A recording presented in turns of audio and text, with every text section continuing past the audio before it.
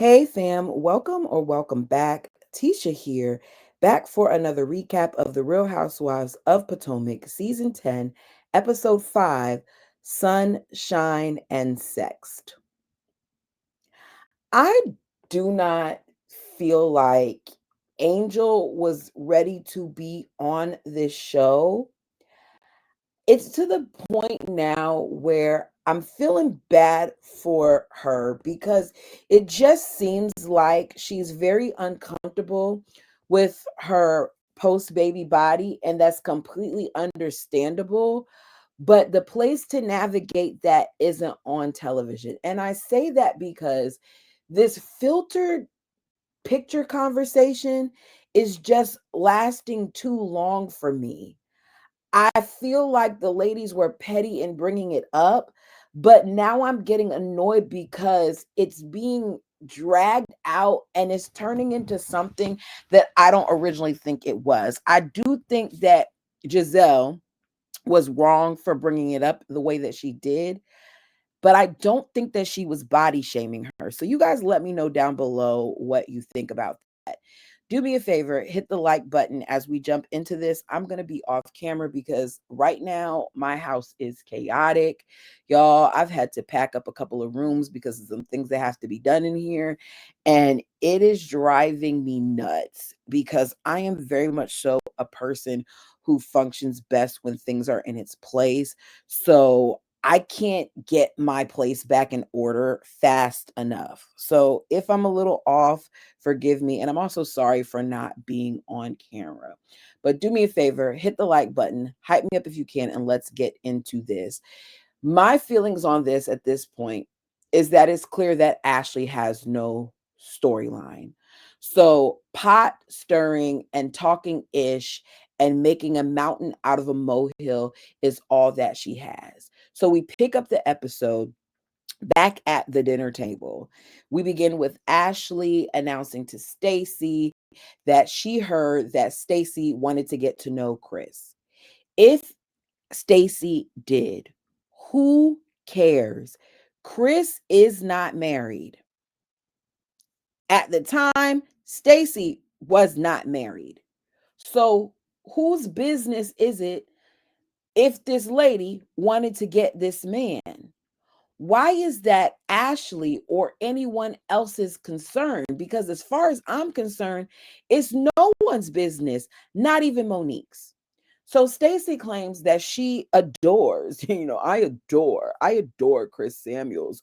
We have mutual friends and he's a great man and he's a good father. We are friends and that is it. Ashley is trying to get the who, what, when, where, why, and how they became friends. Ashley, it's none of your business. Like, girl, you don't have anything better to do other than to inquire what's going on in everyone else's life because now that you're divorced and it took all these seasons to do that, you can't give us a little bit more? I'm just like, get rid of Ashley, please. I'm so over her. Anyways, so Ashley tries to make it sound like she heard more than that, talking about Chris is telling people too. You know of Chris saying something to one person, which supposedly was your friend or whatever, and yeah, somebody's always telling Ashley something, and I'm just over it. I'm so irritated with it at this point. So she's saying it like she heard this firsthand, and we know Ashley didn't talk to Chris. So Stacy says, if you were a guy, wouldn't you tell someone that I was trying to date you? Like, Stacy, one thing I could say about Stacy is even though these girls keep digging at her butt, Stacy makes it so that it's like comedic relief at some points because I find myself laughing at Stacy's responses.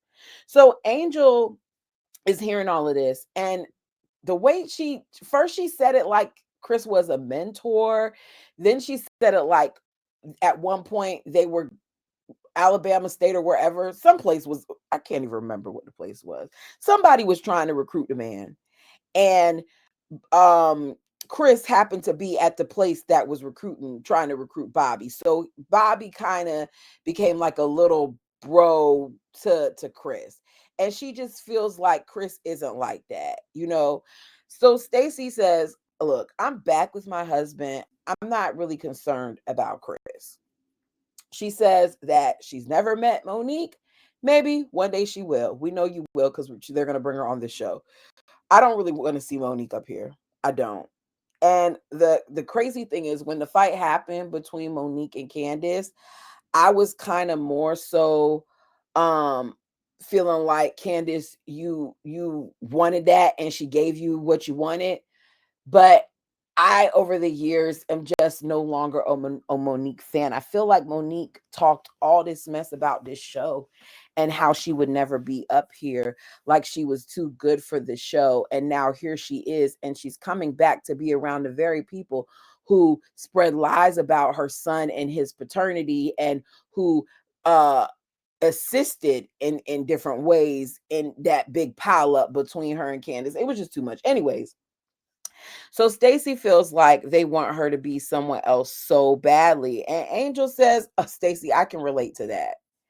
Wendy tells us that Ashley changed the subject because they were getting some dirt on Giselle. I don't necessarily feel like it's dirt, but I just wish that she would have resumed the subject rather than letting Ashley steer the conversation in a different direction. So I was happy later on when Ashley tried to do it again, and Giselle wasn't let off the hook because Wendy was like, no, we're going to find out what we want to know this time. So we don't really get to see much more of dinner. The ladies go back to the villa and they sing happy birthday to Wendy. I really, really hate that we are not getting to see as much of this beautiful destination as I would like to see of Nevis. I feel like production often drops the ball because they spend so much time on the ladies arguing or fussing with one another that we don't get to see the beauty of the island.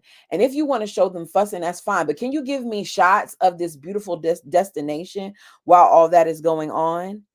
So the ladies head back to the villa and they sing happy birthday to Wendy. Kierna looks like she is so over all of this, like she doesn't really want to celebrate Wendy, and like she cannot wait to get back in her room.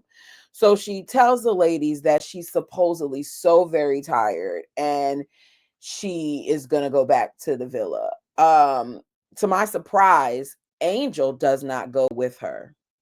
So they play truth or drink. Of course, the first question that Ashley Darby is going to ask is always going to be about like women liking women, because Ashley gets a kick out of this.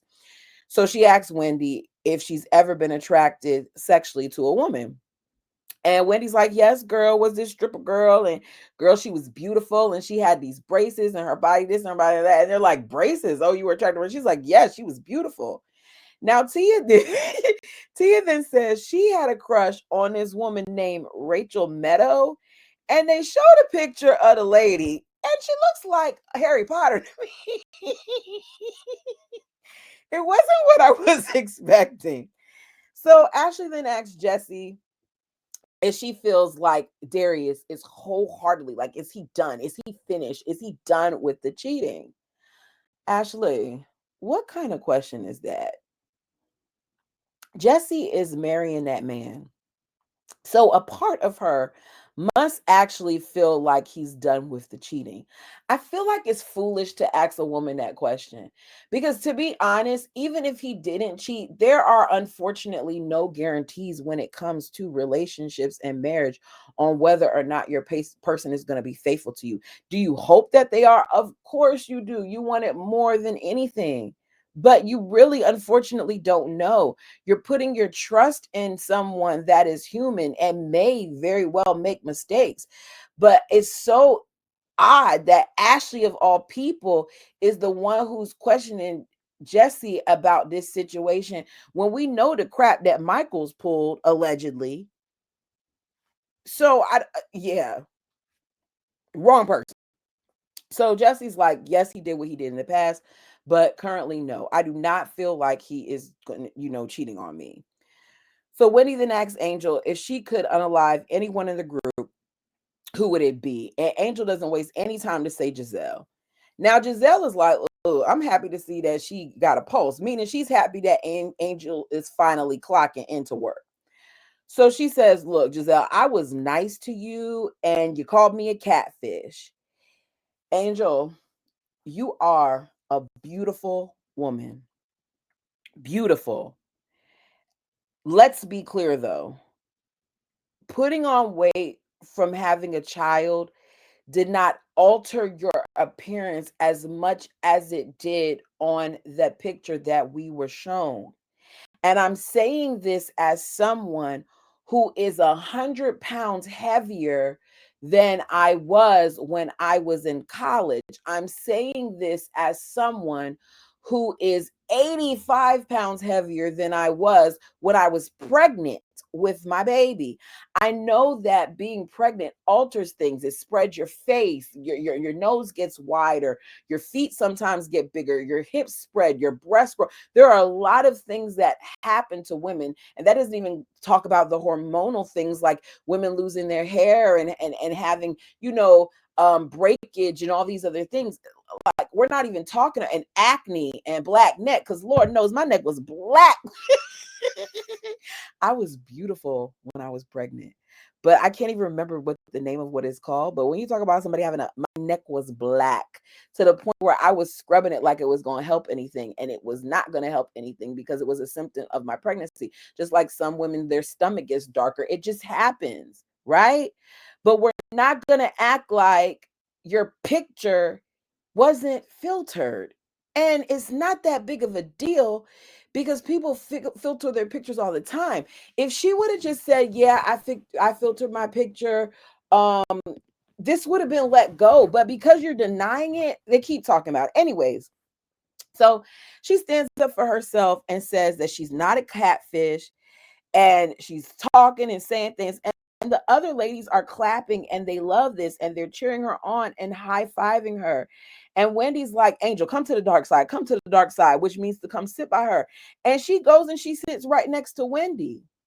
Wendy tells us that the moment that Kierna left, it's like Angel rose like a phoenix. I did feel like her energy was different. She even ends up hugging Wendy, Jazzy, and Giselle as she's about to leave to go back to her villa. Now, I don't know why Angel's energy shifts with Kierna. I don't know. It seems like, I'm trying to figure out how to say this. It seems to me like we have seen several instances where Angel's opinion changes based on what the current conversation is. It's like if you tell her something negative, she kind of marinates on it to the point where it then becomes something that she has a problem with. So I thought that after they had these conversations and after the whole um little truth or drink thing that they were going to be good. But the next day, we see Kierna and Angel at their villa. And she is like kind of somber. And she's talking about how disappointed she is in Giselle when they just hugged it out. And she just told her less than, I don't know, 12 hours earlier how she felt the other night. Why is this still a thing? She said you filtered your pictures. You do. Majority of my pictures on social media are not filtered. But are there some where I was like, oh my gosh, you can see that big old bump that I got on the side of my face, or oop, my skin is peeling. Let me filter that. Yeah, it happens. It's not that big of a deal. Now, Kierna says, look, you have two beautiful children. You're still pumping even while you're here. That was an insult. You all tell me what you think, because I can be wrong, but it sounds to me like they're trying to make this a weight thing. And I just don't think it has anything to do with her weight. I feel like once Giselle clarified that, it should have been it, but it's still an issue here. Now, Giselle arrives and Kierna goes to the pool so they could talk. And Angel has on glasses and she's like, hold on a second, I got to get some tissue because she's crying. She tells Giselle, I looked at you like you were a big sister. I feel like you did this to be mean. That Giselle, you've had children too, so you should get it. The moment that she said that, I feel like Giselle felt bad for a split second. While they're having this conversation, they are showing old images of Angel before she had children. I wrote in my notes, those images look like Angel. It is her same face on a slimmer body. That is not what we were shown of the pictures from Instagram. I do not think that Giselle was talking about her body. The pictures we were shown were not body pictures. They were pictures of her face, and there are markable differences. Now, Giselle later on basically says that very thing, which is that the pictures that I was talking about was of her face. So Giselle apologizes, saying she gets it. She was just asking because, Angel, you're a beautiful woman, and what I see here is not what I saw on social media. Giselle was trying to be slick. Giselle and Ashley wanted to pick with this girl. And I just feel like sometimes you just got to like see things for what they are. I think Giselle was petty for this. I think it was childish. Feel how you want to feel about the pictures, but to bring it up at the table was not necessary. I think she should have did like what Tia said, which is pull her to the side and have the conversation. So she wants to give her a hug, but Angel doesn't want it. And I don't blame Angel for not wanting it because Giselle was picking.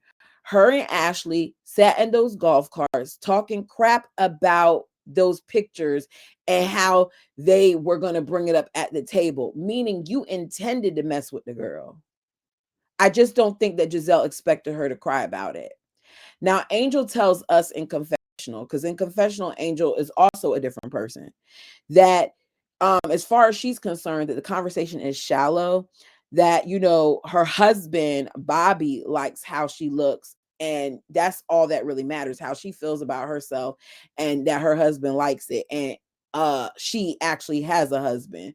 Basically a dig to saying that Giselle isn't married. Yeah, girl, being married is a beautiful thing, but we're not going to act like you're better than people who aren't married.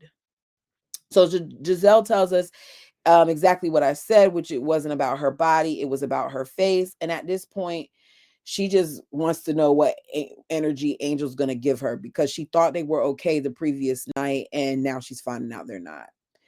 So we see the ladies sitting outside waiting for breakfast when Giselle arrives. Ashley immediately pulls Kierna to the side because Ashley is going to make sure that she keeps her check by being the pot stirrer. So Stacy at the other table is saying how she felt like it was rude for Kierna to leave the way that she did. Stacy, girl, it was rude, but why you didn't say that to Kierna? Now, Gisella's like, to her defense, she was tired. Tia says, we all were tired.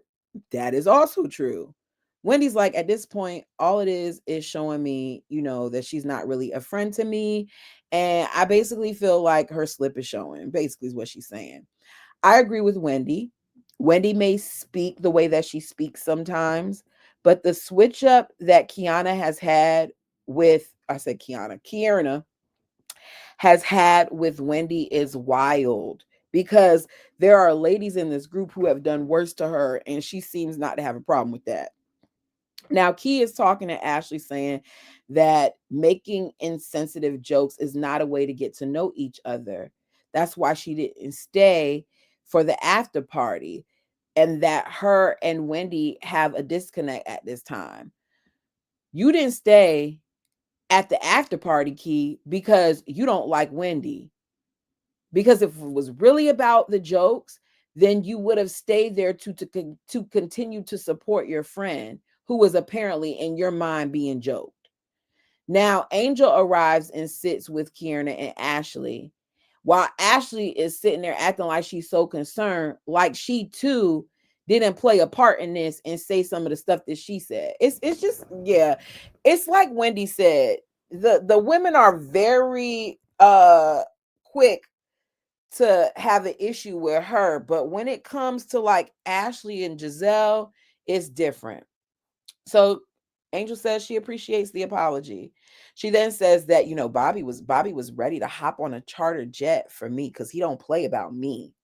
And you hear a clip of Bobby saying that Giselle is almost 60. It just wasn't that deep. If you were that upset, Angel, you should have went home. And I don't normally talk up like this. I don't normally like I just feel like it's being dragged out. And I don't like what they're turning this into because yeah, anyway. So Tia is me because Tia is trying to figure out why this isn't even an issue because she took charge at the end of the night and she thought that they were moving on. We hear Wendy call them like a dark cloud and saying like they're this sad sisters duo, and she's hoping that that doesn't continue for the rest of the trip. Enough of that. So we get to the part that I always enjoy, which is seeing the island. So their tour guide, I think his name was it Keith or Kenneth, he comes to get them. And as they're driving, he sings with them. And after they're done, Wendy tries to get Ashley to have like some lessons or internship or something with him because we know Ashley can't sing. So they go to the Alexander Hamilton house in Nevis. I did not know that he was from Nevis. We find out that his mother passed when he was 14 from a fever or something like that. She was sick. Then shortly after that, a storm destroyed their home. So he wrote a letter that got the attention of the locals and it was put in the newspaper, and they were so impressed by this young man's intelligence that they raised money and they sent him to the United States. Now when he came to the United States, he was big in politics and he was the founder of the United States financial system is what they're saying. And he died in what was supposed to be a friendly duel. I think Aaron Burr is the person who did it.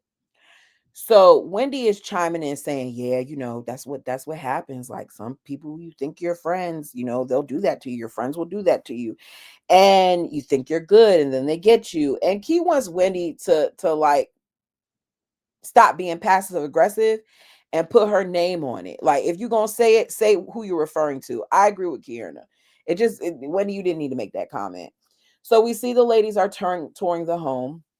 Tia and Jazzy and Angel are together. Tia checks on Angel and tells her, it's okay. You just had a baby. And Jazzy says, but Tia, at the table, you were thinking it too. So we see a clip where Tia's like, yeah, I thought it, but I wouldn't have addressed it like that. I would have pulled her to the side to have the conversation. We see Ashley call her sons, letting them know that she's at the Hamilton house because I believe it is the nanny listens to a lot of musicals with the kids and they really really know that musical, so he's excited to see some of the things in their house. I actually think that that was cute. It just goes to show you how intelligent her boys already are. That's the type of stuff I want to see when it comes to Ashley. Don't show me your kids crawling on the counter, show me the other things. So outside, Jazzy is telling Angel that her energy shifts when she's around Kay. That last night they were good. Like she was high fiving everybody, and now there's an issue. And Angel's like, you don't know me because I was not good. I was annoyed. I was not happy. And Jesse's like, okay, so at this point, like with this girl Angel, she's not just a catfish on social media. Her personality is given like fake too. So she says someone must have got in her head. She's telling production she wants to know who she talked to get so upset because she was fine before. So production shows us who it was because even though Kierna was supposedly so tired that she needed to go back to the villa, she stayed up and she waited for Angel to come in. When Angel sat down, Angel first came in there and she was in a good mood. And then Angel sits down and Kierna starts talking about how she was annoyed with the way that the ladies treated her and all this other stuff. And now Angel is annoyed too. I said, goodness gracious, Angel, you are a flip flop girl. You just, I'm so upset because there's so much potential there. And I just feel like because she's uncomfortable with her body, that is showing in different ways. And it's okay. Like getting accustomed to the changes is real. And it seems like she had babies back to back. So that's an even harder adjustment. And you're breastfeeding. And there's all these other things.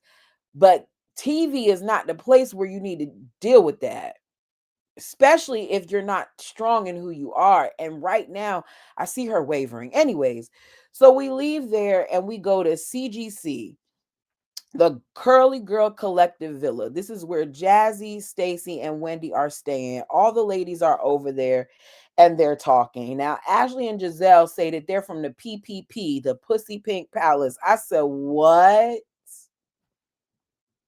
What? Y'all sound wild. Wild and ignorant as hell. Anyways, so Wendy says just when they were getting into Giselle's business about the NFL player Sean, Ashley, you came in and you were Captain Save a Hoe. So Ashley's like, it's because Stacy was pointing her finger at Giselle, and girl, you be lying. So this is Ashley once again shifting the energy back to Stacy. Ashley and Giselle are so skilled at making everything about everybody else that the other ladies don't often catch how they switch things up and make it so that they're not talking about them. Because Giselle then chimes in and is like, Stacy, you were lying about Chris. Giselle, how would you know? Because you're definitely not a friend of Chris or Monique. Remember, you were afraid of that lady and you were afraid of her husband. So much so that they put security on the stage and they cut a lot of what was said when y'all had your conversation. So Wendy is not about to let this go down again. She said, we're not doing this. We're talking about Giselle. So Giselle's like, look, I do need to be serious about finding a man. You know, my father, one of the things that my father told me before he passed was that when it comes to a man, I need to find someone who is comfortable like a shoe. That's a cute way to put it. Wendy asks the right questions, which is, does Sean fit comfortable like a shoe? She pauses and she says, Sean is comfortable. And you could tell that she's holding back a little bit. She's not giving any other details. When Giselle really is into someone, this is what she does. This is what she does. I think that Giselle, what was his name? Sherman. When Sherman embarrassed her the way that he did on this show, since then, Giselle was careful about what it was that she was going to show us. Yes, she had Jamal come up there. Yes, she had that little young guy that was her PR boo. But anybody who she's really, really interested in, I don't think that she's going to jump to bring him on the show. So Wendy says, I don't know how serious it is, but I'm going to ask this one last question, and your answer to this will let me know. Has he met your daughters? And Giselle does not answer the question in front of everyone, but she tells us that Grace has met him, that Grace feels like he is age appropriate, and that Grace feels like he checks all the boxes. Wendy says Giselle protects her heart, and as someone who knows her, someone who can now say that they are friends, whether you admit it or not, I'm happy for you, Giselle. I was shocked that she said friends. And to my shock, Giselle tells us that she thinks they are friends. I said, what in the, like, y'all, this entire time, I have been thinking that Wendy was just being cordial because she was playing a long game, thinking that she needed to be cordial to Giselle for the purposes of being on this show because it was getting to the point where she and Candace at one point were only having so many scenes because the girls were trying to kind of ice them out. So now that I see this, I'm looking at Wendy like, girl, Wendy, what are you doing? Your slip is showing. Because how do we get to this point where this lady alleged certain things? Like, y'all got to be the friend word. Y'all use that too loosely. Anyways, so Angel's excited to go shopping with the little money that her husband sent her. Her words, not mine, because $5,000 ain't no little money. She said the cool 5,000. My guess is that they have separate banking accounts, or maybe he sent her a message like, "Hun, you got $5,000 you could just spend on shopping." Um, but everybody is looking around shocked because they're like, "She don't need $5,000 to do the type of shopping we're about to do." We're not going to Neiman's and Marcus or Louis Vuitton or any of that. We're going to like the local community to go shopping. So Giselle's like, everything that this girl says is Bobby, Bobby, Bobby. I want to know about Angel. So Wendy then changes the conversation and she asks Tia if her husband travels a lot, and she says no. They want to know like how they met. She says they met in Camden. She was trying on a jacket and she heard this American voice telling her that she looks good in that. And after that, it was a wrap. They were together. So Wendy wants to know if she got a lot of pushback because her husband was not Nigerian, because in their culture, that is a big thing. I completely understood what she was saying. My family, if you've been here long enough, you know my family's Jamaican, right? I am a first generation American. And I was having this conversation with one of my friends the other day because he is also a first generation American.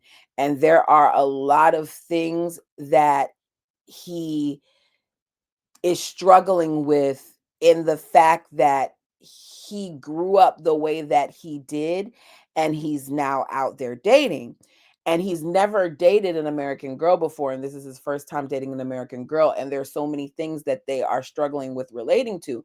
And I told him I don't necessarily feel like you can't date an American woman. I just feel like you want somebody who respects your culture, and in respecting your culture, she has to be open to be introduced to things. And I think that that's the difference, because if I'm being completely honest, my father does not want me to marry an American man. In his mind, it's a different mindset. I see in some ways where he gets that thought. Um, but I'm going to do what I want to do, right? So Tia's like, absolutely. There's definitely a difference. She says she really, really realized it when raising their kids, because raising her kids has allowed her to see a lot of their cultural differences. She says that, growing up in Nigeria, there's a way that you respect your friends, and then there's a way that you respect your seniors. That is very true. But I also feel like even though Tia is raising American children, it is her job as the non American parent to teach them her culture. I was not raised in Jamaica, right? But I was raised in a Jamaican household. I did not eat a lot of American food when I was younger. Patois was spoken around the house. The foods that I had, like for pasta and all that stuff, I didn't have a whole bunch of pasta. Give me my hard-boiled bread. Give me my fried dumplings. Give me my bammy, my breadfruit. These are staples. Give me my ackee and sawfish. Give me my jerk chicken. Oh, give me my goat. Give me my curry goat. Like, give me my porridge. There are things that will always be in my household to this day. My scotch bonnet, my thyme, my curry, my jerk, my coconut milk, my ackee, my pick a pepper, my cornmeal, my carnation milk. The list goes on and on. And if you are someone who is not a part of that culture or hasn't been taught certain things, you be like, okay, what's ackee? Why do you need to have, scotch bonnet? Like, what's the coconut milk for? But you have to teach, and she hasn't taught that. And I think that's where Tia kind of dropping the ball, because if you want your culture to continue, you have to ingrain your children in your culture. I wonder if her kids have even been back to her home, if they've seen Africa. I think that would be a beautiful immersive experience for them. These are all things that matter. Anyways, so we see one of the things that she's talking about with her daughter calling her bro. I don't like that. My son, I don't care how old he is, he better always respect me. I will like, yeah, I can't get with that. I have cousins that I have a cousin that is not my aunt. She was raised by my grandmother, but she's not my aunt. and she's around the age of my parents, and I call her auntie even though she's not my auntie. It's just a different type of respect that is taught with your elders and your seniors and all those other things. Even with my son, he has cousins that are significantly older that he knows you're not going to say uh Antoinette, you're going to say cousin Antoinette. You're going to put cousin in front of it as a sign of respect. It's just, you got to teach your kids, people. Even if you're American, teach your kids, right? So I'm rambling. Goodness gracious, this is long. So Tia tells her, don't call me bro. It's rude. Don't do it. The ladies then head to go shopping on a party bus. I guess they needed room for their bags because it's a big bus. Wendy gets on the bus and tells them she's not feeling well. She might have a bug that was in her house. If everybody was sick in your home, why are you there?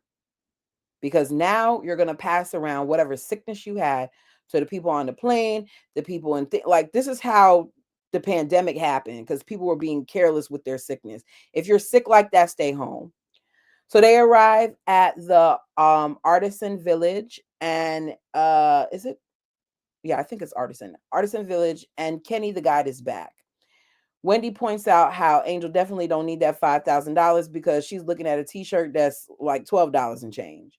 So she's not feeling well. She asks Jazzy to please purchase her stuff because she's gonna sit outside for a second. So she's on the steps. Giselle basically tells her, get in the sprinter, the bus, and get some AC. So we see Angel, Stacy, Tia, and Ashley in one store. And Angel lets them know that she texts Bobby sex. That's their way of letting each other know that when they come back, it's on, it's going down. So Stacy's like, "Oh, let me text Timu." So she texts him sex, and he says, "You want sex?" And she sent him a picture of herself. It wasn't sexy at all. Like, Stacy, you gotta do better, honey. Um, and he says, "I think you have the wrong number." And I was like, "Wait, what?" But she then says that Timu is German and he's joking, but Ashley runs out to tell Giselle what happened, and Stacy comes out while they're having the conversation. She's like, "Stop talking about me." So then we see that there's this area where people are playing the steel drums, and the ladies get to join and play with them. That was cute. I enjoy seeing that because it looks like even some of the locals are watching as this performance is going on. And even a sick Wendy, she says she has to hit that drum at least once, comes and hits the steel drum.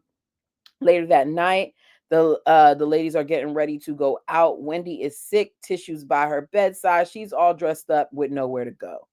So they bring her some stuff that you give people when they're sick. Giselle tells Wendy she's gonna have to be shady all by herself. And Stacy says, "I'm gonna miss you." So we get to this outdoor dinner at the Sunshine Bar and Grill, and the owner lets them know that he is not only giving them a killer bee shot, but he's going to be cooking for them, which the ladies are really excited about.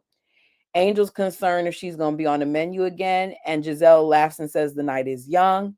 Giselle says that, Kay, Wendy was offended that you did not stay for her birthday. And Kay says, I didn't know she felt that way, but thank you for telling me. I was tired and I was hurt for my friend. And they all agree that it did, even though, Kay left, it did give them time to connect with Angel.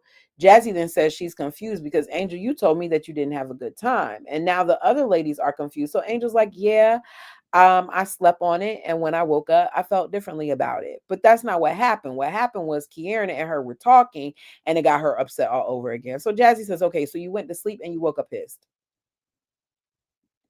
Tia says, I would want to know if my pictures were heavily filtered.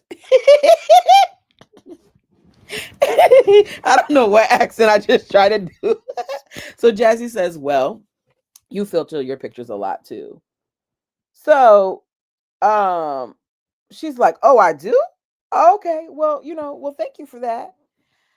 Um, I'll work on that." So Kierna says that Wendy acts like things aren't bothering her. So thank you for letting me know. Um, Jazzy wonders if Kierna is jealous because she lied about her man having two kids. I thought he did have two kids. Jazzy feels like Kay has been sharing their intimate conversations, and Kay feels like what she said was true. Even if it is true, if she told you something off camera in confidence, I don't feel like you should repeat it. But it is what it is. I don't care about this back and forth with the two of them. Basically, Kieran wants to know what she said. And Jazzy tells us that what Kieran said, the big thing that Kieran said was not to trust Wendy. And if Wendy knew that she said that about her, it's about an 8 point. She would hurt. What her anger would be at like an 8.5 something. She said. I don't care. Y'all let me know what you thought of this. I feel like the next one, if it's not any better, I'm gonna get to the point where I just tell my thoughts because it's so annoying to see the way this thing is going. And I'm just not feeling Real Housewives of Potomac. But you guys let me know how you feel about this. Like the video as it helps the channel, and hype me up. If there's something that I did not mention that you want to talk about, feel free to put it down in the comment section below. I appreciate you so much. Have a great one. Peace.